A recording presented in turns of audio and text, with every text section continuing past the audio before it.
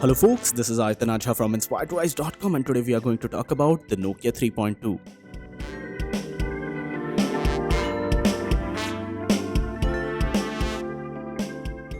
So guys, we'll start off with an unboxing for the same. This is the official box for the Nokia 3.2 smartphone and it has started retailing in India, and on a first glance it's a big smartphone.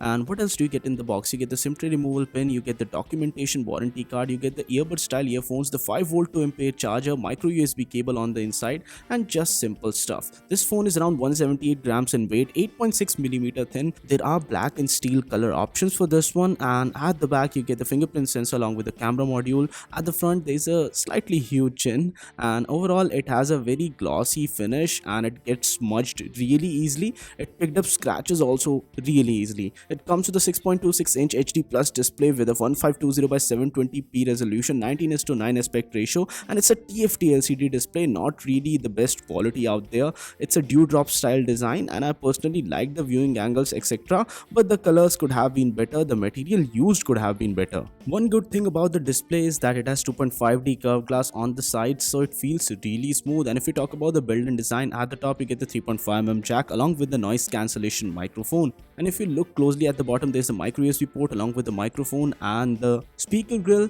On the right hand side you get the power button and the volume rocker. The power button has a very nice breathing notification LED light, and it comes with a dedicated micro SD card slot. There's an exclusive Google Assistant button on the left side. You can single press it for access, double press for info, and a long press for long requests and tasks. And if we talk about the internal specifications, it comes with a Qualcomm Snapdragon 429 chipset, 302GB of DDR3 RAM, 16 or 32GB of eMMC storage, and this dual SIM dual VoLTE support. If we talk about the sensors, it does come up with almost all of the sensors which are required, so that's something great. And if we talk about the internal read-write storage speed, that was also respectable, not really bad at all. The build and design felt solid. It has a big battery, 4000 mAh battery, which really does last long, and it comes with stock Android Pie, and there are no bloatware applications on this one. It's a part of the Android One program, so that's one of the selling points for this device. It supports FM radio, does not have 5 GHz or AC Wi-Fi support. There is aptX HD audio support, and one of the major issues that I found in the phone was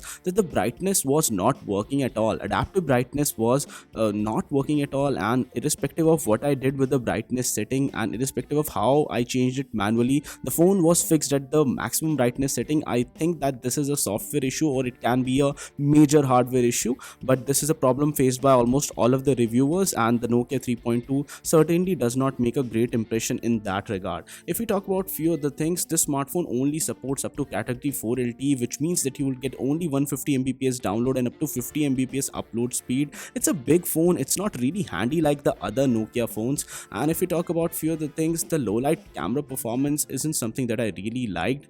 And now let's talk about few other things like the face unlock and the fingerprint sensor, both of which were really fast. I found that the fingerprint sensor worked almost 9 out of 10 times, and if I talk about the face unlock experience, that was also pretty fast for a smartphone like this. If we talk about few other things, there's no wideband L1 support, so HD content on Netflix or Amazon Prime, bye bye to that. And if you talk about the Gcam support, it supports level 3 Gcam support. The camera on the back is a 13 megapixel f2.2 with a 1.12 micrometer pixel size, and the front camera is a 5 megapixel f2.2 with almost the same pixel size and a wide angle field of view.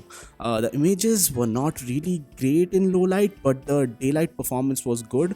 The videos also weren't exceptional in daylight or normal, just the TFT light that you would get in a normal room. I found that there was noise in these samples. It was respectable in good lighting conditions. The dynamic range was great in good lighting conditions. The colors were on point, but I felt that the camera definitely needs a little bit more work in terms of cancelling the noise in all of these shots. So that's something that needs a little bit more work. I couldn't find a Gcam version as of now which would work perfectly. And now let's do a sound check.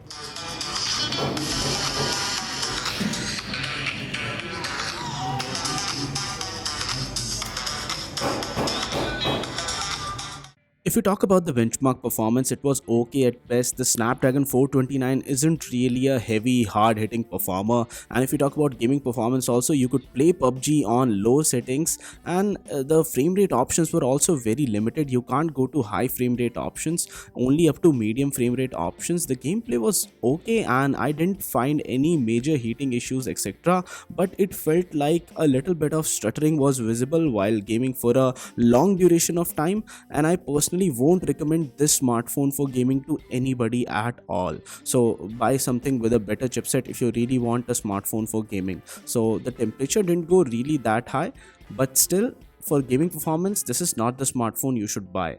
For the Android experience, it's good. The quality of software that you get on the smartphone is good. You would get 2 years of updates, and that all is really great. The pricing for this one is around 10,700 rupees, and for such a price, it's a great smartphone for people who just want the battery life and the smooth Android experience. Otherwise, there isn't too much great about the smartphone, and there are plenty fish in the sea, a lot of options out there from which you can choose from. So guys, decide after going through almost all of the products. There are a lot of other products from Xiaomi, Realme, Infinix, so many other smartphone brands out there. You have to decide what is your priority and what suits your needs the best way. So guys, this was it for this video. In case you like this one, don't forget to smash the thumbs up button and do subscribe to Inspire to Rise for more awesome tech videos like this one. And guys, no matter what you do, stay inspired to rise.